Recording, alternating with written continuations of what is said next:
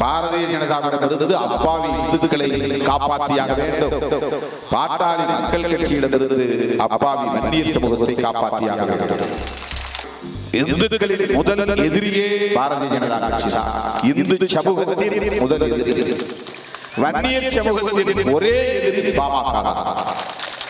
திருமாவளவனை எதிர்த்து மன்னன் ஸ்டாலின் அவர்களை எதிர்த்து தான் பேச முடிந்ததை தவிர நரேந்திர மோடியின் சாதனைகளையோ அல்லது அவருடைய ஆற்றலையோ பராக்கிரமத்தையோ அவர்களால் பேச முடியவில்லை. ராகுல் காந்தி அவர்களும் தளபதி ஸ்டாலின் அவர்களும் இந்துக்களின் எதிரி, திருமாவளவனும் இந்துக்களின் எதிரி.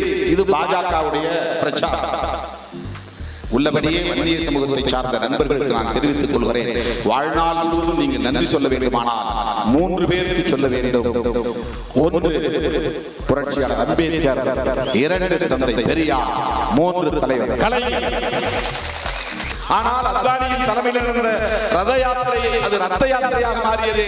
அது எதற்காக? மண்டல் கமிஷன் பரிந்துரையை விபி சிங் அவர்கள் நடைமுறைப்படுத்தினார் என்பதற்காக.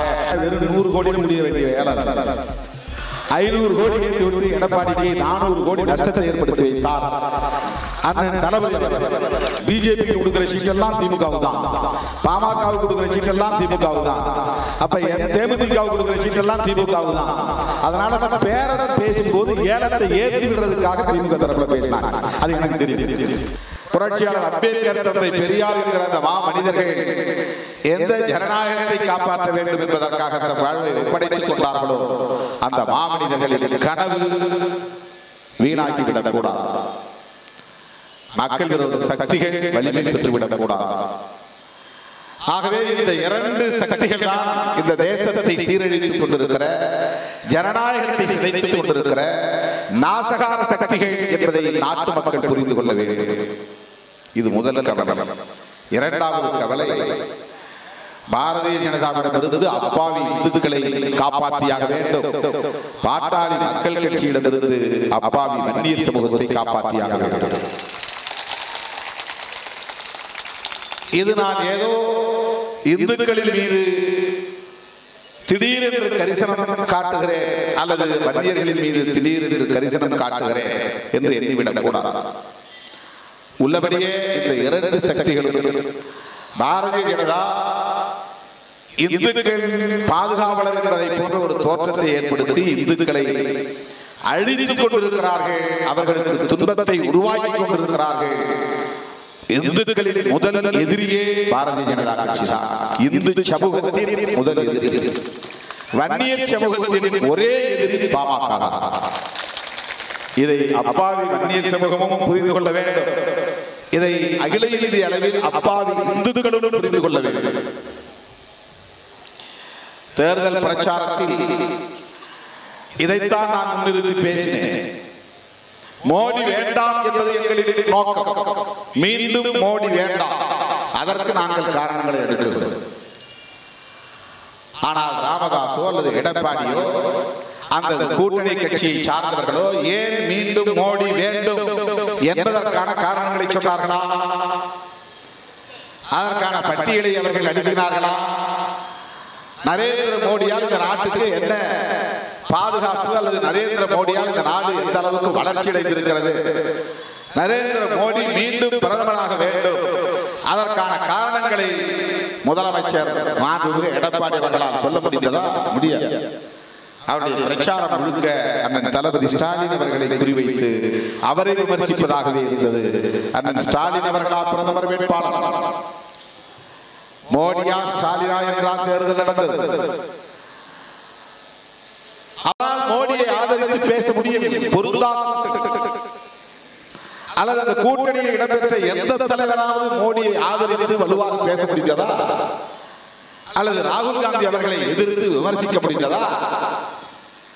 ஆகவே அவர்களின் புத்தி குறுகிய புத்தியாக இருந்ததால் திருமாவளவனை எதிர்த்து மன்னன் ஸ்டாலின் அவர்களை எதிர்த்து தான் பேச முடிந்ததை தவிர நரேந்திர மோடியின் சாதனைகளையோ அல்லது அவருடைய ஆற்றலையோ பராக்கிரமத்தையோ அவர்களால் பேச முடியவில்லை. இதுதான் தேர்தல் களத்தில் நாம் சந்தித்தது.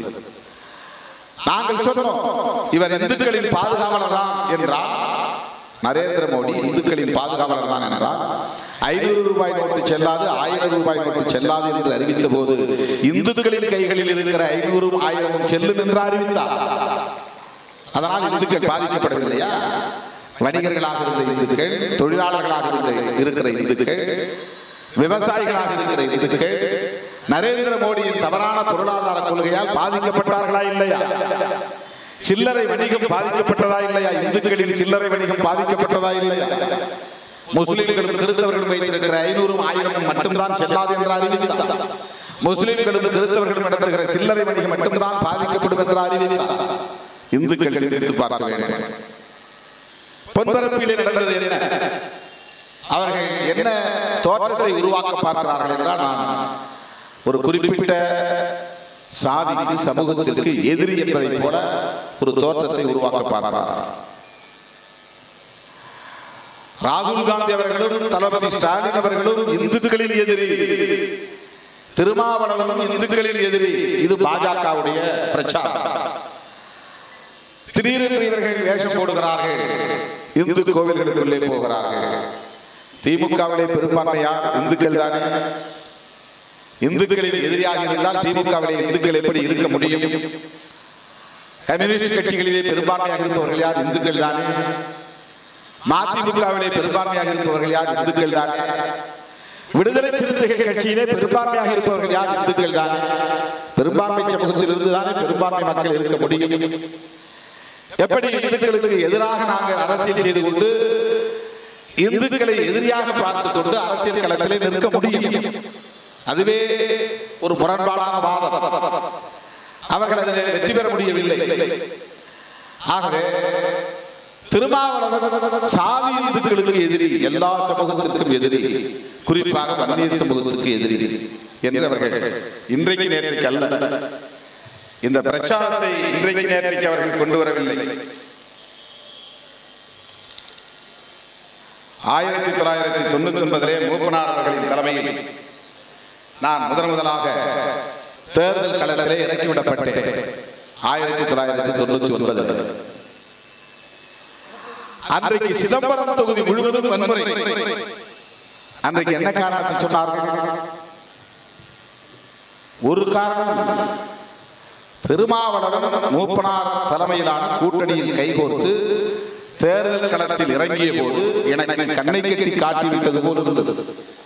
எனக்கு தேர்தல் புதிது, தேர்தல் களம் புதிது, வாக்கு சேகரிக்கிற முறை புதிது, எதுவுமே எனக்கு தெரியாது. அன்றைக்கு மூப்பனார் அவர்களின் தலைமையிலான தமிழ் மாநில காங்கிரஸ் கட்சியுடைய தொண்டர்கள் தான் எனக்காக பிரச்சாரம் செய்தார்கள், தேர்தல் வேலை செய்தார்கள். ஆனால் அந்த தொகுதியை சார்ந்த மக்கள் வரலாறு காணாத வகையிலே எழுச்சி கொண்டார்கள், அணிதிரண்டார்கள். அன்றைக்கு சைக்கிள் சின்னத்திலே வாக்களித்தார்கள். சைக்கிள் சின்னத்தில் வாக்களிக்கிறீர்களா என்று இந்திய அரசியல் வரலாற்றிலே இல்லாத அளவுக்கு, தமிழ்நாட்டு அரசியல் வரலாற்றிலே இல்லாத அளவுக்கு கொடூரமான வன்முறையை கட்டவிழ்த்து விட்ட வன்முறை கட்சி பாமக. அவ்வளவு மோசமாக 90க்கும் மேற்பட்ட கிராமங்களில் தாக்குதல் நடத்தினார்கள். 15 கிராமங்களை தீ வைத்து தொடுத்தினார்கள். கிட்டத்தட்ட 100 இளைஞர்களை காயப்படுத்தினார்கள். சேத்தியாத்தோப்பிலே ஒரு இளைஞரின் கை இன்றைக்கும் இல்லை. என்ன குற்றம் இழைத்தார்? திருமாவளவனுக்கு சைக்கிள் சின்னத்திலே ஓட்டு போட்டார்கள் என்பதை தவிர வேறு என்ன குற்றம் இழைத்தார்கள்? வரலாறு மறைந்து போகுமா, மறந்து போகுமா? தேர்தல் அரசியலுக்கே நான் புதிது. மூப்பனார் அவர்கள் தான் என்னை கட்டாயப்படுத்தி ஒரு வேட்பாளராக்குகிறார். அரசு ஊழியராக இருந்த என்னை பதவியை ராஜினாமா செய்ய வைத்தார். தேர்தல் அரசியலை வேண்டாம் என்று 10 ஆண்டு காலம் பணியாற்றியவர் தான். தேர்தல் அரசியலே கூடாது என்ற அந்த பக்கமே நான் தலை வைத்து படுக்காமல் 10 ஆண்டு காலம் அந்த மக்களுக்கு பணியாற்றியவர் தான். ஆனால் தேர்தல் அரசியலில் ஈடுபடுவதன் மூலம் தான் புரட்சியாளர் அம்பேத்கர், தந்தை பெரியார் போன்ற மாமனிதர்களின் கனவை நனவாக்க முடியும். உங்கள் குரல் மக்கள் மன்றத்திலே ஒலித்தால் போதாது, நாடாளுமன்றத்தில் ஒலிக்க வேண்டும் என்று என்னை தேர்தல் களத்தில் இறக்கிவிட்டவர் மறைந்த மக்கள் தலைவர் மூப்பனார் அவர்கள். அன்றைக்கு எதற்காக சேரிகளை கொளுத்தினீர்கள்? தயவுகூர்ந்து எண்ணி பார்க்க வேண்டும். நம்முடைய தந்தை பேராயர் எஸ்ரா அவர்கள் இங்கே சொன்னார், ஓபிசி என்கிற அனைத்து பிற்படுத்தப்பட்ட பிரிவினருக்கும் இடஒதுக்கீடு கிடைத்தது என்றால் அது புரட்சியாளர் அம்பேத்கர் அவர்களால் தான். இன்றைக்கு வன்னியர்களுக்கு இடஒதுக்கீடு கிடைத்தது என்றால் அது ராமதாஸ் அவர்கள் நடத்திய போராட்டத்தால் மட்டுமல்ல. ஓபிசிக்கு இடஒதுக்கீடு உண்டு என்பதை உறுதிப்படுத்தியது அரசியலமைப்பு சட்டம். ஷெட்யூல் காஸ்ட் என்பதும் பிசி தான் அக்கார்டிங் டு கான்ஸ்டிடியூஷன். அதை ஷெட்யூல் பண்றாங்க. பிசி எஃப்சி கான்ஸ்டிடியூஷன்ல ரெண்டே பிரிவு தான், ஃபார்வர்ட் கம்யூனிட்டி, பேக்வர்ட் கம்யூனிட்டி. அரசியலமைப்பு சட்டத்தின் பார்வையில் பேக்வர்ட் என்றால் சோஷியலி, எஜுகேஷனலி, எக்கனாமிக்கலி பேக்வர்ட். அது எல்லோரையும் குறிக்கும். அதிலே பட்டியல்படுத்தப்பட்டவர்கள் ஷெட்யூல் காஸ்ட், ஷெட்யூல் ட்ரைப்ஸ் என்று அழைக்கப்படுகிறார்கள். ஷெட்யூல்டு ஓபிசி என்றுதான், ஷெட்யூல்டு பிசி என்றுதான் அதுக்கு பொருள். ஷெட்யூல்டு ட்ரைப்ஸ் என்றால் அவர்களும் பிற்படுத்தப்பட்டவர்கள் என்றுதான் பொருள். ஷெட்யூல்டு என்பது ஒரு கம்யூனிட்டி கிடையாது. பேக்வர்ட் என்பதுதான் கம்யூனிட்டி, ஃபார்வர்ட் என்பதுதான் கம்யூனிட்டி. அதனால் தான் இவர்களை ஷெட்யூல்டு காஸ்ட், ஷெட்யூல்டு ட்ரைப்ஸ் என்று அழைப்பதனால் தான் மற்ற அனைவரையும் ஓபிசி என்று அழைக்கப்படுகிறது. Other backward classes. Other backward classes என்றால் வேறு யார் backward classes? Scheduled caste backward classes, scheduled tribes backward classes, மற்றவர்கள் அதர் பேக்வர்ட் கிளாஸஸ். இதுதான் கான்ஸ்டிடியூஷனல் வியூ. ஆகவே தாழ்த்தப்பட்டவர்களுக்கு மட்டும் இடஒதுக்கீடு அல்ல, இதர பிற்படுத்தப்பட்டவர்களுக்கும் இடஒதுக்கீடு பெற முடியும் என்பதற்கான ஒரு வாய்ப்பை ஏற்படுத்தி தந்தவர் புரட்சியாளர் அம்பேத்கர் அவர்கள். அந்த வாய்ப்பு இருந்ததால் தான் பிற்படுத்தப்பட்டவர்களுக்கான இடஒதுக்கீட்டில் எம்பிசி என்ற ஒரு பிரிவை உருவாக்க முடிந்தது. உள்ளபடியே வன்னிய சமூகத்தை சார்ந்த நண்பர்களுக்கு நான் தெரிவித்துக் கொள்கிறேன், வாழ்நாள் முழுவதும் நீங்கள் நன்றி சொல்ல வேண்டுமானால் 3 பேருக்கு சொல்ல வேண்டும். 1 புரட்சியாளர் அம்பேத்கர், 2 தந்தை பெரியார், 3 தலைவர் கலைஞர். அரசியலமைப்பு சட்டப்படி பின்தங்கியவர்களுக்கு இடஒதுக்கீடு வழங்கப்பட வேண்டும் என்பதை அரசியலமைப்பு சட்டத்தின்படி உறுதிப்படுத்தியவர் புரட்சியாளர் அம்பேத்கர். ஃபார்வர்ட் காஸ்ட் என்கிற பெயரால் பிராமணர்கள் எல்லா தளத்திலும் ஆதிக்கம் செலுத்திக் கொண்டிருப்பதால் பிற்படுத்தப்பட்ட வகுப்பினர் எல்லா தளங்களிலும் பாதிக்கப்பட்டிருக்கிறார்கள். கல்வி, பொருளாதாரம், அரசியல் அதிகாரம் அனைத்திலும் பிற்படுத்தப்பட்டவர்கள் பாதிக்கப்பட்டிருக்கிறார்கள். எனவே அவர்களுக்கு இடஒதுக்கீடு வேண்டும் என்கிற போராட்டத்தை முதலில் இந்திய மண்ணில் தொடங்கிய பெருமை தந்தை பெரியார். தந்தை பெரியார் அவருக்கு 2வதாக நீங்கள் நன்றி சொல்ல வேண்டும். 3வதாக இந்திய மாநிலங்களிலேயே எந்த மாநிலத்திலும் இல்லாத ஒன்று ஓபிசி தான். தமிழ்நாட்டை தவிர மற்ற எந்த மாநிலத்தை எடுத்துக்கொண்டாலும் forward community, other backward community, இடையில ஷெட்யூல்டு காஸ்ட், ஷெட்யூல்டு ட்ரைப்ஸ். இதுதான் இந்தியா முழுவதும் எல்லா மாநிலங்களிலும் இருக்கிற லேயர். இடஒதுக்கீட்டிற்கான முறை, சமூகத்தை அடையாளம் காணுவதற்கான ஆட்சி நிர்வாகத்தில் கையாளுகிற முறை. ஆனால் தமிழ்நாட்டில் தான் முதல் முறையாக 13 ஆண்டுகளுக்கு பிறகு ஆட்சிக்கு வந்த தலைவர் கலைஞர் எம்பிசி என்கிற ஒரு பிரிவை உருவாக்குகிறார். Most backward. தமிழ்நாட்டில் வேற இந்தியாவில் எந்த மாநிலத்திலும் கிடையாது. அதுல 108 சமூகத்தை சேர்க்கிறார். பேக்வர்ட் கிளாஸ் அப்படிங்கிறதுல மொத்தமா 50% இடஒதுக்கீடு இருந்துச்சு. இந்த 50% இடஒதுக்கீட்டில் யார் ஆதி காலத்தில் மிகவும் வலிமை மிக்கவர்களாக இருந்தார்களோ அவர்களே அந்த இடஒதுக்கீட்டை நுகர்ந்து கொண்டிருக்கிறார்கள். அதிலேயே மிகவும் பஞ்சடைந்து கிடக்கிற எளிமையான மக்கள், எளிய மக்கள் அந்த இடஒதுக்கீட்டை நுகர முடியவில்லை, போட்டி போட முடியவில்லை. இந்த நுட்பத்தை புரிந்து கொண்ட தலைவர் கலைஞர் அவர்கள் 108 சாதிகளை ஒன்றாக சேர்த்தது. அதிலே ஒன்று வன்னியர். அனைவருக்கும் 20 விழுக்காடு இடஒதுக்கீட்டை வழங்கியது. இந்த 20 விழுக்காடு வந்த பிறகுதான் சவுத் ஆர்காட், நார்த் ஆர்காட், சேலம், தருமபுரி மாவட்டங்களில் மிகவும் பின்தங்கிய நிலையில, மிக மிக மோசமான நிலையில குடிசைகளில் வாழ்ந்த வன்னியர் சமூகம் இன்றைக்கு தலைநிமிர்ந்து இருக்கிறது என்றால் அதற்கு வித்திட்டவர் தலைவர் கலைஞர் எம்பிசி என்கிற ஒரு பிரிவை உருவாக்கி அவர்களுக்கு இடஒதுக்கீட்டை தந்தவர். நான் கேட்கிறேன், அந்த போராட்டத்திலே 20க்கும் மேற்பட்டவர்கள் சுட்டுக் கொல்லப்பட்டார்களே, அவர்களின் குடும்பத்திற்கு டாக்டர் ராமதாஸ் என்ன செய்தார்? தலைவர் கலைஞர் முதலமைச்சராக வந்த பிறகுதான் அந்த குடும்பத்தினருக்கு மீண்டும் மறுவாழ்வு அளிக்கக்கூடிய வகையில் தலா 3 லட்சம் ரூபாய் இழப்பீடு வழங்கினார். பாதிக்கப்பட்ட குடும்பத்தினருக்கு இன்றைக்கு பென்ஷன் வழங்கினார். அந்த குடும்பத்தினரை திரும்பி பார்க்காதவர்தான் டாக்டர் ராமதாஸ். குடிசைகளை கொளுத்தினார்கள் என்கிற வேதனை தலித் மக்களுக்கு ஒரு புறம் இருந்தால், தலித் மக்கள் எந்த குற்றமும் செய்யவில்லை. இடஒதுக்கீடு போராட்டத்தை எதிர்த்தார்களா? வன்னியர்களுக்கு இடஒதுக்கீடு கொடுக்க கூடாது என்று எந்த இடத்திலாவது ஒடுக்கப்பட்ட மக்கள், தலித் மக்கள் அந்த போராட்டத்திற்கு எதிராக கருத்து சொன்னார்களா? இந்தியாவிலேயே மண்டல் கமிஷன் பரிந்துரையை ஆதரித்தவர்கள் தலித் இயக்க தலைவர்கள் தான். கான்ஷிராம் ஆதரித்தார், ராம்விலாஸ் பாஸ்வான் ஆதரித்தார், பிரகாஷ் அம்பேத்கர் ஆதரித்தார், தமிழ்நாட்டில் திருமாவளவன் ஆதரித்தார். மண்டல் கமிஷன் பரிந்துரையை நடைமுறைப்படுத்த வேண்டும். இந்த மண்டல் கமிஷன் பரிந்துரையை நடைமுறைப்படுத்தக் கூடாது என்று போராட்டம் நடத்தி மிகப்பெரிய வன்முறை வெறியாட்டத்தை கட்டவிழ்த்து விட்ட RSS கும்பலோடு சேர்ந்து கொண்டு கூத்தாடுகிறார் ராமதாஸ். பிற்படுத்தப்பட்டவர்களின் பாதுகாவலரா? அத்வானி தலைமையில் நடந்த ரத யாத்திரை எதற்காக நடத்தப்பட்டது? அது பாபர் மசூதியை இடிக்கக்கூடிய நிகழ்வாக போய் முடிந்தது, அது வேறு. ஆனால் அத்வானியின் தலைமையில் நடந்த ரத யாத்திரையை அது ரத்த யாத்திரையாக மாறியது. அது எதற்காக? மண்டல் கமிஷன் பரிந்துரையை VP சிங் அவர்கள் நடைமுறைப்படுத்தினார் என்பதற்காக. மண்டல் கமிஷன் பரிந்துரையை நடைமுறைப்படுத்தியது தவறு என்று வடமாநிலங்களிலே வன்முறை வெறியாட்டத்தை கட்டவிழ்த்து விட்ட கும்பல் தான் பாரதிய ஜனதா கும்பல், RSS கும்பல். வன்னியர்களுக்கு இடஒதுக்கீடு கொடுக்க கூடாது, மிகவும் பிற்படுத்தப்பட்டவர்களுக்கு இடஒதுக்கீடு கொடுக்க கூடாது, பிற்படுத்தப்பட்டவர்களுக்கு இடஒதுக்கீடு கொடுக்க கூடாது, இதர பிற்படுத்தப்பட்டவர்களுக்கு இடஒதுக்கீடு கொடுக்க கூடாது என்று போராடியது யார்? வன்முறை வெறியாட்டத்தில் ஈடுபட்டது யார்? திருமாவளவனா? விடுதலை சிறுத்தைகள் கட்சியா? அல்லது அன்றைக்கு பகுஜன் சமாஜ் கட்சியின் தலைவராக அகில இந்திய அளவிலே ஆளுமை செலுத்திய கான்ஷிராம் அவர்களா? ராம்விலாஸ் பாஸ்வான் அன்றைக்கு VP சிங் பக்கத்திலே இருந்து கொண்டு அதை நடைமுறைப்படுத்த வேண்டும் என்று உற்ற துணையாக என்று போராடிய தலித் தலைவர். மராட்டிய மாநிலத்தை சார்ந்த ராம்தாஸ் அத்வானி, பிரகாஷ் அம்பேத்கர், கர்நாடகாவிலே ஆந்திராவிலே இருக்கிற தலித் தலைவர்கள், இந்திய அளவிலே எந்த ஒரு அம்பேத்கர் இயக்க தலைவர்களாவது மண்டல் கமிஷன் பரிந்துரைக்கு எதிராக பேசியதுண்டா? ஒரு சான்று காட்ட முடியுமா? சிறுபான்மை சமூகத்தை சார்ந்த தலைவர்கள் யாராவது பேசியதுண்டா? திரும்ப திரும்ப நேற்று இந்த வழக்கறிஞர் பாலு பேட்டியில் சொல்றார், இது திமுக தான் திருமாவளவனுக்கு பின்னால் இருந்து தூண்டி விடுது, புதுசா கண்டுபிடித்திருக்கிறார். இவ்வளவு நாளா திருமாவளவன் தான் காரணம் சொல்லிட்டு இருந்தவன். அப்பப்ப தேவைப்படும் போதெல்லாம் இப்ப திமுக துணையா இல்லையோ, அவங்களுடைய ஒரே நோக்கம் என்ன தெரியுமா? தமிழ்நாட்டு அரசியல் ரெண்டு துருவமா இருக்கு, DMK AIADMK.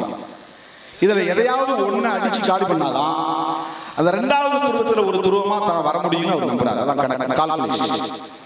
DMK versus ADMK, அத DMK வெர்சஸ் PMK மாத்தணும், அல்லது ADMK வெர்சஸ் PMK மாத்தணும். அதுக்கு ஏதாவது ஒரு கட்சியை அழிக்கணும். உங்க பாட்டனே வந்தாலும் முடியாது. திமுகவையும் அதிமுகவையும் எத்தனை பேர் அண்ணாதி மன்னன்லாம் மோதி பார்த்து போயிட்டாங்க. அண்ணா சேர்ந்த உடனே கலைஞர் இது திமுக அழிஞ்சு போன்னு நினைச்சாங்க. கலைஞர் ஒரு மகத்தான ஆளுமை 60 ஆண்டு காலம் அந்த இயக்கத்தை கட்டி காப்பாற்றுகிறார். 50 ஆண்டு காலம் கலைஞர் போன உடனே அது காலி ஆயிரம் கணக்கு பண்ணாங்க. தளபதி ஸ்டாலின் அதே வாரிசு, கலைஞரின் வாரிசு என்பதை இன்றைக்கு அவர் வெற்றிகரமாக கூட்டணி அமைத்ததிலேயே புரிந்து கொள்ள வேண்டும். அதனால்தான் நான் சிதம்பரம் கூட்டத்தில் சொன்னேன், இன்னும் 50 வருஷம் ஆனாலும் திமுகவை எந்த கொம்பனாலும் அழிக்க முடியாது நான் சொல்றேன். ஏன்னா இவர் இந்த கூட்டணி அமைக்கிறதுல கொஞ்சம் ஃபெயிலியர் ஆயிருந்தால், என்ன இந்த கூட்டணி சிதைக்கிறது முயற்சி பண்ணாங்க. நாம போய் பேசுற மாதிரி பேசுவோம். திமுகவும் பாமகவும் பேசுறதுனாலே திருமாவளவன் கோவப்பட்டு வெளியே போயிடுவான். திருமாவளவன் கோவப்பட்டு வெளியே போறானா அந்த கூட்டணியில ஒரு உரசல் ஏற்படும் அல்லது ஒரு சிதறல் ஏற்படும் அப்படின்னு நம்ம கணக்கு போட்டாங்க. உங்களுடைய தந்திரத்தை புரிந்தவர் தான் திருமாவளவன், உங்க தந்திரத்தை புரிந்தவர் தான் திமுக தலைவர் தளபதி ஸ்டாலின். அவரும் ஒரு லெவல் வரல விட்டு பிடிச்சார். அண்ணன் தளபதி அவர்களும் ஒரு கட்டம் வரையில விட்டு பிடிச்சார். என்ன விட்டு பிடிச்சாருன்னா, இந்த ஏழை கேட்கும் போது சில பேர் எடுக்க விட மாட்டாங்க, ஆனா ஏலத்தை ஏற்றி விடுவோங்கிறதுக்காக ஏலத்தை ஏற்றி விடுவீங்க. குறைஞ்ச ஏலத்தில் அவன் எடுக்க கூடாது. அதனால 300 ஒருத்தர் கேட்டவனே 500 போய் ஏற்றி விடுவான். ஆனா இவன் எடுக்க போறது அந்த மாதிரி பாமகவை சேர்க்க போறது இல்லை. ஆனா ஏலத்தை ஏற்றி விடுவோம். இல்லைன்னா வெறும் 100 கோடியில் முடிய வேண்டிய ஏலம் 500 கோடி ஏற்றி விட்டு எடப்பாடிக்கு 400 கோடி நஷ்டத்தை ஏற்படுத்தி வைத்தார் அண்ணன் தளபதி. 4 சீட்ல முடிய வேண்டிய பேரன் 7 சீட். அப்ப 7 பாமக போனா அது 7 திமுகவுக்கு தான். அந்த நுட்பம் அண்ணன் தளபதி அவர்களுக்கு தெரியும். அந்த நுட்பம் பிஜேபி கொடுக்கிற சீட் எல்லாம் திமுகவுக்கு தான், பாமகவுக்கு கொடுக்கிற சீட் எல்லாம் திமுகவுக்கு தான், அப்ப தேமுதிக கொடுக்கிற சீட் எல்லாம் திமுகவுக்கு தான். அதனால பேரத்தை பேசும்போது ஏலத்தை ஏற்றி விடுறதுக்காக திமுக தரப்புல பேசினாங்க. அது எனக்கு தெரியும். இந்த நோட்டு சீட்டு தர மாட்டாரா? பொறுத்தளவு சீட்டு வேணா நோட்டு எப்படி தர முடியும்? நானும் பொறுமை காத்தேன். திராவிட முன்னேற்ற கழகத்தோடு அந்த கட்சி கூட்டணி வைக்க வாய்ப்பே இல்லை. நான் பொறுத்து அதனால வெற்றிகரமாக கூட்டணி அமைத்ததிலிருந்தே 3 ஆண்டு காலம் போராட்ட களத்தில் கைகோர்த்து நின்ற கட்சிகளை ஒன்றை கூட விட்டுவிடாமல் புதிதாக ஐஜேகே போன்ற கட்சிகளை, தமிழக வாழ்வுரிமை கட்சி, தொகுதி இல்லாவிட்டாலும் கூட மனிதநேய மக்கள் கட்சி, தொகுதி கொடுக்கவில்லை என்றாலும் கூட தமிமுன் அன்சாரி கட்சி, அது எடப்பாடி கட்சிக்கு ஆதரவாக இருந்த கட்சி. அந்த கட்சியிலிருந்து ஒரு கட்சி புடுங்கினார். யார் சக்சஸ்ஃபுல் லீடர் யோசிச்சு பாருங்க. இந்த கட்சியிலிருந்து ஒரு ஆளை கூட எடப்பாடியால கொடுக்க முடியல, அழைக்க முடியல, பிரிக்க முடியல. இதுல இருந்து 2.5 வருஷமா 3 வருஷமா போராட்டத்தில் கை கொடுத்த அத்தனை கட்சிகளையும் அனுசரித்து அரவணைத்து பாரதிய ஜனதா அணியிலே இருந்த ஐஜேகேவை கொண்டு வந்தார். இரட்டை இலை சின்னத்திலே வெற்றி பெற்ற தமிமுன் அன்சாரியை கொண்டு வந்தார். தமிழ்நாட்டில் உள்ள எல்லா இஸ்லாமிய கட்சிகளையும் ஜனநாயக முற்போக்கு சக்திகளையும் ஒன்று திரட்டி வெற்றிகரமாக இன்றைக்கு இந்த கூட்டணியை அமைத்ததிலேயே திமுகவுக்கு மிகச்சரியான ஆளுமை வாய்ந்த, ஆற்றல் வாய்ந்த தலைவர் கலைஞரை போன்ற ஒரு தலைமை கிடைத்துவிட்டது. அதனால டாக்டர் ராமதாசுடைய கனவு பலிக்க. அவர் என்ன நினைக்கிறாருன்னா, திமுகவே அதிமுக 2ல ஒன்று. ஏன்னா என்கிட்ட கூப்பிட்டு சொன்னவர் தான், இந்த 2 பேர்ல ஒருத்தர் ஒழிச்சாங்க நாம வந்து ஆட்சிக்கு வர முடியும். இது நடக்கிற காரியமா இல்லை. 2 தரப்புலையும் மக்கள்கிட்ட கீழே ஒவ்வொரு கிளைவாரியா எல்லா பூத்துலையும் பூத் ஏஜென்ட் போட முடியும்னா அது 2 கட்சியாக தான் முடியும். அது உண்மையை நம்ம ஒத்துக்கணுமா இல்லை? திமுக அதிமுக 2 பேர் தான். மக்கள் தலைவர் மூப்பனார் ஒரு முறை என்னை அழைத்து ஜாக்கிரதையாக இருக்கிறார். ஏன் ராமதாஸ் 5 பேர் அனுப்பினார். கட்டு கட்டா கோப்பு கோப்பா கொண்டு வந்து. இது வந்து 99 2000 இன்னைக்கு நேரத்துக்கு ஏற்பட்டது நினைக்காது. இன்னைக்கு என்னென்னோ சொல்றாங்க, இது பேசினார் அது பேசினார், நான் பேசாதெல்லாம் 99 அந்த வன்முறைக்கு பிறகு ஒரு பெரிய கோபம். 5 பேர் அந்த கட்சியுடைய முன்னணி தலைவர்கள் கலைஞர் உட்பட எல்லாரையும் போய் பார்த்து இவனை ஊக்கப்படுத்தாதீங்க அப்படின்னு போய் ஃபைல் கொடுத்தாங்க. அப்பதான் நான் வந்து வழக்கறிஞராக பதிவு செய்த ஒரு நிகழ்ச்சி நடத்தினேன். நான் 88 வழக்கறிஞர் படிப்பை முடிச்சேன். அரசு ஊழியராக போனதுனால 10 வருஷம் நான் வழக்கறிஞராக என்னை பதிவு செய்து கொள்ளவில்லை. ரிசைன் பண்ண பிறகு 2000 நான் வந்து என்னை பதிவு செய்து கொண்டேன். அந்த நிகழ்ச்சியிலே கலந்து கொண்டு உரையாற்றிய மக்கள் தலைவர் மூப்பனார் சொன்னார், திருமாவளவனை எல்லோரும் எதிரியாக பார்க்கிறார்கள். நான் அவரை அணுக்கமாக நெருக்கமாக இருந்து பார்க்கிறேன். இன்றைக்கு சொல்லுகிறேன், என்றைக்கும் நான் திருமாவளவன் பக்கம் நிற்பேன். ஏனென்றால் திருமாவளவன் ஜனநாயகத்தின் பக்கம் இருக்கிறார். நவசக்தியிலே அது பதிவாகி அதன் பிறகு 2001 தலைவர் கலைஞர் அவர்கள் கூட்டணி அமைத்த போது என்னை அழைத்து தமிழகத்தில் 8 தொகுதி, பாண்டிச்சேரியில் 2 தொகுதி, 10 தொகுதியை கொடுத்தார். நான் திருச்சிராப்பள்ளியிலே ஆற்றிய உரையை முதுபெரும் தலைவர் ஆரம்பி அவர்கள், கலைஞருக்கு நெருக்கமானவர், எம்ஜிஆருக்கு நெருக்கமானவர், 2001 திருச்சிராப்பள்ளியிலே வேட்பாளர் அறிமுக கூட்டத்திலே நான் ஆற்றிய உரையை கேட்டவர். எனக்கு அடுத்து பேசிய பெரியவர் முதுபெரும் தலைவர் ஆரம்பி அவர்கள் பேசும்போது சொன்னார், யாரோ ஒரு தம்பி பேசினார், அவர் பெயர் எனக்கு தெரியவில்லை. அவர் பேசும்போது நான் கண்ணை மூடிக்கொண்டே கேட்டேன், பேரறிஞர் அண்ணா பேசுவது போல் இருந்தது. இன்னும் அவர் பேச மாட்டாரா, அவர் இன்னும் இந்த பேச்சை தொடர மாட்டாரா என்று எனக்கு தோன்றியது என்று அந்த கூட்டத்திலே என்னை பாராட்டி பேசியவர் முதுபெரும் தலைவர் ஆரம்பி அவர்கள். நிறைவாக பேசிய தலைவர் கலைஞர் சொன்னார், நான் இன்னும் இத்தனை வயதான பிறகு 2001 சொன்னார், அவர் இறந்தது இப்பதான், ஆனால் 2001 சொன்னார், நான் இத்தனை ஆண்டு காலம் இன்னும் உயிரோடு வாழ்வது இப்படிப்பட்ட தம்பியின் பேச்சை கேட்பதற்காகத்தான். அதனால்தான் இன்று நான் உயிரோடு இருக்கிறேன். இந்த தம்பிகளின் பேச்சை கேட்பதற்காகத்தான் என்று என் பேச்சை மேற்கோள் காட்டி அந்த மேடையிலே திருச்சிராப்பள்ளியிலே பேசினார். அப்படி அந்த மாபெரும் தலைவர்களின் முதுபெரும் தலைவர்களின் நெஞ்சத்தில் இடம் பிடிக்கக்கூடிய வகையிலே ஜனநாயக சக்திகளோடு இணைந்து நான் பணியாற்றியவன். அதனால்தான் அதன் பிறகு திமுகவோடு என்னால் தொடர முடியாத நிலையிலே ஜெயலலிதா அம்மையார், புரட்சி புயலன் வைகோ அவர்களும் நானும் திமுக அணியிலே தொடர விரும்பியும் முடியாத நிலையில் தான் இருவரும் வெளியேறி அன்றைக்கு அதிமுக அணியிலே இடம்பெறக்கூடிய நிலை உருவானது. அன்றைக்கு உள்ளாட்சி தேர்தலில் ஏற்பட்ட முரண்பாட்டின் அடிப்படையில் நான் வெளியேற வேண்டிய நிலையில் மீண்டும் தலைவர் கலைஞரே என்னை தொலைபேசியில் நேரடியாக அழைத்தார். ஒரு தலைவர் என்கிற இருமாப்பு இல்லாமல் சாதாரண தொண்டரோடு தொலைபேசியில் பேசக்கூடிய எளிமை செப்பனாக விளங்கியவர் தலைவர் கலைஞர் அவர்கள். என்னுடைய தொலைபேசிக்கு அவரே அழைப்பில் வந்தார், பேசினார். உடனடியாக அன்றைக்கு நான் அவரோடு 2006 போய் கைகோர்த்தவர். பதவி பரிசுக்காக அடிக்கடி அணிதாவில்லை. நான் 2006 2014 நாடாளுமன்ற தேர்தல் வரை திமுக அணியில் விடுதலை சிறுத்தைகள் தொடர்ந்தோம். பதவிக்காக அங்கும் இங்கும் ஊசலாட்டம் கொண்டு அணிதாவக்கூடிய நிலைப்பாட்டை நான் எடுக்கவில்லை. திமுக தோல்வி அடைந்தால் விடுதலை சிறுத்தைகள் தோல்வியை தழுவோம். திமுகவுக்கு பின்னடைவு இருந்தால் அந்த கூட்டணியில் விடுதலை சிறுத்தைகள் அந்த பின்னடைவை சந்திப்போம். ஈழத்தமிழர் விவகாரத்தில் கூட காங்கிரஸ் திமுக கூட்டணியில் இருப்பது உனக்கு வழிவந்து சேரும் என்று சொன்னார்கள். ஆனால் திமுக காங்கிரஸ் மட்டுமல்ல ஈழத்தமிழர் பிரச்சனைக்கு காரணம், அது ஒரு சர்வதேச பிரச்சனை. ஆகவே அந்த நிலையை தவிர்க்க முடியாத ஒரு இக்கட்டான சூழலிலும் கூட நான் நட்பை பாராட்டி அந்த நேரத்தில் கூட ராமதாஸ் அவர்களுக்கும் எனக்கும் முரண்பாடு வந்தது. அதுதான் வெளியேறி வா, திமுகவை அழிப்பதற்கு இதுதான் சரியான சந்தர்ப்பம் என்றுதான் குறிப்பிட்டார். அதற்கு பிறகு ஜெயலலிதாவை அழிக்க முடியும் என்றுதான் சொன்னார். இதெல்லாம் பொய்யுரை அல்ல. அவருடைய உளவியல் எப்படிப்பட்டது என்பதை வெளிப்படுத்த வேண்டிய தருணமாக இதை நான் கருதுகிறேன்.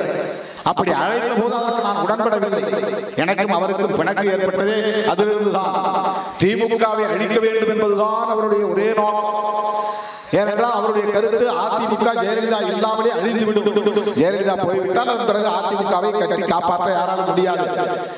2023 அந்த முடிவு தெரிந்துவிடும். அதிமுகவின் சக்தி என்ன என்பது தெரிந்துவிடும். இரட்டைலைக்கான மகத்துவம் என்ன என்பது தெரிந்துவிடும். அது அவருடைய கணிப்பு.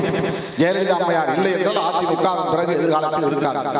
ஆனால் திமுகவை அப்படி குறைத்து மதிப்பிட்டு விட முடியாது. எனவே திட்டமிட்டு நாம் எல்லோரும் சேர்ந்து அதை அழிக்க வேண்டும். இது அவருடைய நோக்கம். எனக்கு என்ன பார்வையா, திமுக விடுதலை சிறுத்தைகளோடு 100 விழுக்காடு கொள்கை அளவிலே பொருந்தி போகிறதா இல்லையா என்பதல்ல. ஒரு கருத்தில் உறுதியாக திமுகவோடு எங்களுக்கு உடன்பாடு உண்டு. சமூக நீதியை பாதுகாப்பதற்கு திமுகவின் இருப்பு தேவை. சமூக நீதி என்கிற ஜனநாயகத்தை பாதுகாப்பதற்கு அகில இந்திய அளவிலேயே போராடக்கூடிய வல்லமை பெற்ற ஒரு அரசியல் இயக்கம் உண்டு என்றால் அகில இந்திய அளவிலேயே அது திமுகவால் தான் முடியும். திமுகவுக்கு ஒரு பாரம்பரியம் இருக்கிறது. பெரியார் அரசியல் என்கிற பாரம்பரியம் இருக்கிறது. அதனால்தான் வன்னியர்களுக்கு இடஒதுக்கீடு தர முடிந்தது தலைவர் கலைஞர். தாழ்த்தப்பட்டவர்களுக்கான இடஒதுக்கீட்டை 16% இருந்ததை 18% உயர்த்தியது தலைவர் கலைஞர் தான். பழங்குடியினருக்கு தனியே ஒரு இடஒதுக்கீட்டை தந்து 19% அதை உயர்த்தியது தலைவர் கலைஞர் தான். 25% இருந்த ஓபிசிக்கான இடஒதுக்கீட்டை 35% உயர்த்தியது தலைவர் கலைஞர் தான். அதன் பிறகுதான் பொருளாதார அளவுகோல் இடஒதுக்கீடு வந்த போது எம்ஜிஆர் பொருளாதார அளவுகோலை வைத்த போது அதை எதிர்த்து தலைவர் கலைஞர் அவர்களும் தமிழர் தலைவர் ஆசிரியர் டி. வி. ரமணி அவர்களும் ஒரு போராட்டத்தை நடத்திய போது ஒரு நாடாளுமன்ற தேர்தல் வந்தது. அந்த தேர்தலில் அதிமுக நாடாளுமன்ற தேர்தலில் 37 இடங்களில் தோற்றது. 2 இடங்களில் மட்டும்தான் வெற்றி பெற்றது. இந்த பொருளாதார அளவுகோல் தான் காரணம் என்று பயந்த எம்ஜிஆர் அவர்கள் திடீரென்று 35% இருந்த இடஒதுக்கீட்டை ஓபிசிக்கான இடஒதுக்கீட்டை 50% உயர்த்தினார். அப்படித்தான் அது உயர்ந்தது. ஆகவே அப்படி எம்ஜிஆர் உயர்த்துவதற்கும் அன்றைக்கு கலைஞரின் தளபதி வீரமணி அவர்களின் போராட்டம் தான் காரணமாக இருந்தது. ஆகவே இடஒதுக்கீட்டுக்கான அந்த உயர்வு போராட்ட களத்தில் திமுகவின் பங்களிப்பு மகத்தானது. இன்றைக்கு ஓபிசி சமூகத்தை சார்ந்தவர்கள் எல்லா நிலைகளிலும் உயர்ந்திருக்கிறார்கள். அந்த ஓபிசியின் வளர்ச்சியிலே தலித்துகளுக்கும் ஒரு பாதுகாப்பு இருக்கிறது, சமூக நீதிக்கான பாதுகாப்பு இருக்கிறது என்றால் அது திமுகவின் போராட்டங்களால் தான். நாடாளுமன்றத்திலும் சரி, மக்கள் மன்றத்திலும் சரி. எனவே தலித்துகள் தலை நிமிர்வதற்கு கூட, பழங்குடி மக்கள் தலை நிமிர்வதற்கு கூட, ஒட்டுமொத்த ஓபிசி மக்கள் பாதுகாப்பாக இங்கே வாழ்வதற்கு கூட இன்னும் திமுகவின் இருப்பு தேவைப்படுகிறது தோழர்களே. கொள்கை ரீதியாக பல வேறுபாடுகள் இருக்கலாம். அந்த பார்வையின் அடிப்படையில் தான் திமுக இன்றைக்கு விடுதலை சிறுத்தைகளின் உறவை பார்க்கிறோம். நான் ஒரு ஒப்புதல் வாக்குமூலம் தருகிறேன். ஜனநாயக சக்திகளின் முன்னால் சொல்லுகிறேன், இதுவரையில் என் மனசாட்சிப்படி எந்த சமூகத்தையும் நான் இழித்து பேசியதில்லை, பழித்து பேசியதில்லை. என்னை உணர்ச்சியப்படுத்தி எத்தனையோ முறை என் கோபத்தை தூண்டி இருக்கிறார்கள். நான் பேசாததை எல்லாம் பேசியதாக சொல்லுகிறார்கள். எந்த காலத்திலும் எந்த சமூகத்து பெண்களையும் நான் இழிவுபடுத்தி பேசியதில்லை. ஆனால் அவர்கள் திரும்ப திரும்ப அந்த குற்றச்சாட்டை வைக்கிறார்கள். தோழமை கட்சிகளில் இருக்கிறவர்கள் குற்ற உணர்வை பெற வேண்டும் என்பதற்காக என்னை தனிமைப்படுத்துவதன் மூலம் நீங்கள் என்ன சாதிக்கப் போகிறீர்கள்? நான் அரசியலில் இருந்து விலகினால் உங்களுக்கு லாபம் பயக்கும். வன்னிய சமூகம் தலைவர முடியும் என்றால் மனசாட்சிப்படி நான் சொல்ல விரும்புகிறேன். வன்னிய சமூகத்திற்கு அது நலம் பயக்கும் என்றால் ஒதுங்க கூட நான் தயாராக இருக்கிறேன். ஆனால் வெறும் தலித் வெறுப்பு என்கிற அடிப்படையிலே என்னை பலிகடாவாக்கி உங்கள் மகனை முதலமைச்சராக்க வேண்டும் என்று ஆசைப்படாதீர்கள். ஒரு சமூகத்திற்கு எதிராக அப்பாவி மக்களை கொடுமைப்படுத்தி அதிலே குளிர்காய விரும்பாதீர்கள்.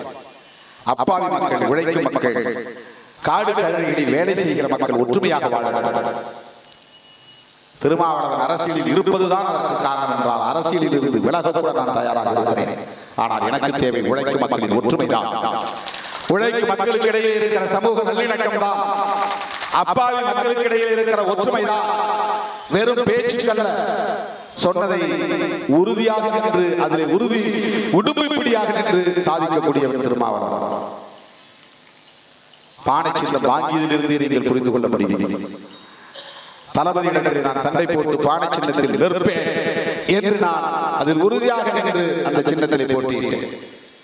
உதயசூரியன் சின்னத்திலே நான் போட்டியிட்டு இருக்க முடியும். விழுப்புரத்திலே நண்பர் தோழர் ரவிக்குமார் அவர்கள் உதயசூரியன் சின்னத்திலே போட்டியிட வேண்டும் என்று நான் தான் முடிவெடுத்தேன். சுதந்திரமாக முடிவெடுத்தேன். உதயசூரியன் சின்னத்திலேயே சிதம்பரத்தில் நான் போட்டியிட்டு இருக்க முடியும். ஆனால் எனக்கு ஒரு உறுதியை நான் எடுத்துக் கொண்டேன். அந்த உறுதியில் உடுமைப்படியாக இருந்தேன். அதனால் இன்னைக்கு பானை சின்னத்தில் நான் போட்டியிட்டு இருக்கிறேன். நீ பானையை போட்டு உடைத்திருக்க முடியும், கூட்டணியை உன்னால் உடைக்க முடியாது. பானையை உடைத்திருக்கலாம், எங்கள் கொள்கையை உடைக்க முடியாது. எங்களுடைய நிலைப்பாட்டை ஒரு காலத்தில் உடைக்க முடியாது. இந்த ஜனநாயக சக்திகளோடு நான் கொண்டிருக்கிற உறவை இந்த சக்தியால் தகர்க்க முடியாது. கம்யூனிஸ்டுகளை அல்லது காங்கிரஸை அல்லது திமுகவை இன்றைக்கு உடன் இருக்கக்கூடிய இஸ்லாமிய கிறிஸ்தவ அமைப்புகளை நாங்கள் எந்த அடிப்படையில் அணுகுகிறோம் என்பது ஒரு உறுதிப்பாடு நிறைந்த நிலைப்பாடு. அதிலிருந்து ஒரு காலம் எங்களை தனிமைப்படுத்த முடியாது. இதை மட்டும் இந்த நேரத்தில் நான் ஒரு ஒப்புதல் வாக்கு மூலமாக தெரிவித்தேன். ஆளும் கட்சி 2 கட்சிகள் ஒரே அணியில் இருப்பதா காவல்துறையின் தேர்தல் ஆணையம் அவர்களுக்கு சாதகமாக இருந்தது.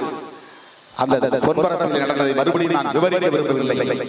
எல்லா இடங்களிலும் பூத்தை கேப்சர் பண்ண வேண்டும், வாக்குச்சாவடியை கைப்பற்ற வேண்டும் என்று முயற்சித்ததை போல அங்கேயும் முயற்சித்தார்கள். 2 பேர் ஒருவர் பெயரை சொன்னேன். காடுவெட்டி குரு இல்லை என்ற இடத்தை தான் இட்டு நிரப்ப வேண்டும் என்று முயற்சிக்கிற தம்பி வைத்தி, இன்னொருவர் இந்து முன்னணியிலே இருக்கக்கூடிய முன்னாள் பாமகக்காரர், அவர் பேர் ஏதோ சொன்னார்கள். இந்த 2 பேரும் அந்த ஒன்றியத்தில் மட்டுமே வன்முறைகளை கட்டவிழ்த்து விட்டிருக்கிறார்கள். வேற எங்க அந்த தொகுதியில் நடக்கல. 10 நாளைக்கு முன்னாடியே போய் என் பேரை அழிச்சிட்டார். ஒயிட் வாஷ் பண்ணி PR பாண்டியன் ஊராட்சி பொறுப்பாளர், திமுக பொறுப்பாளர், அவருடைய இல்லத்திலே வரைந்த சின்னத்தை அழித்திருக்கிறார். மறுபடியும் அவர் தளபதியின் சின்னம் பானை என்று வரைந்து வைத்து விட்டார். ஆகவே அவர்கள் திட்டமிட்டு நடத்திய வன்முறை 3000 வாக்காளர்கள் மற்ற சமூகத்தை சார்ந்தவர்கள் வன்னியர் உட்பட வெறும் 680 வாக்காளர்கள் தலித்துகள் சிறுபான்மை 1 கிலோமீட்டர் கடந்து போய் தான் வாக்குச்சாவடியில் வாக்களிக்க முடியும். 11 மணிக்குள்ள 12 மணிக்குள்ள 300 வாக்குகள் பதிவு செய்யப்பட்டு விட்டன. இதுதான் அவர்களுக்கு ஆத்திரம். ஒரு பெட்டி கடை அங்கே சாராயம் இருக்கிறார்கள். போலீஸ் அடிக்கடி தலித்துகள் புகார் கொடுக்கிறார்கள். அந்த ஆத்திரம் அந்த இடத்திலே 4 பேர் 5 பேர் வந்து 2 வீலரிலே ரைஸ் பண்ணி சத்தத்தை எழுப்பி வந்த தலித்துகளிடத்திலே வம்பு இழுத்து குணசீலன் என்கிறவர் போய் கேட்கிறார், நீ உன் சின்னத்துக்கு போற, நான் எனக்கு விருப்பமான சின்னத்தில் போடுறேன், நீங்க பானை சின்னத்தை போட்டு உடைக்கிறீங்க என்று கேட்டதற்காக அவரை அடிக்கிறார்கள். அவர் கூட இருந்து அவருடைய பிள்ளைகளோ அல்லது தம்பிகளோ சேர்ந்து திருப்பி அவரை அடிக்கிறார்கள். இதுதான் நடந்தது. இதற்காக 2 நிமிஷத்துக்குள்ள 200 பேர் ஒரு தெருவுள்ளே புகுந்து தாக்குதல் நடத்துகிறார்கள். 1999 சைக்கிள் சின்னத்திற்கு வாக்களித்ததற்காக அந்த தொகுதியவே ரணகலமாக்கினார்கள், தீ வைத்து கொடுக்கிறார்கள். 2019 20 ஆண்டுகளுக்கு பிறகு மறுபடியும் பொன்பரப்பிலே என்னை பொறுத்தவரை கருப்பு என்பது ஒரு சம மதிப்புக்கான தேடல், சிவப்பு என்பது சம நீதிக்கான ஒரு தேடல். இந்த இரண்டுக்குமான அடித்தளம் என் தமிழ். பிறப்பு ஒக்கும் எல்லா உயிர்க்குமாக இருக்கலாம், யாதும் ஊரே யாவரும் கேளிராக இருக்கலாம், பெண்ணிற் பெரு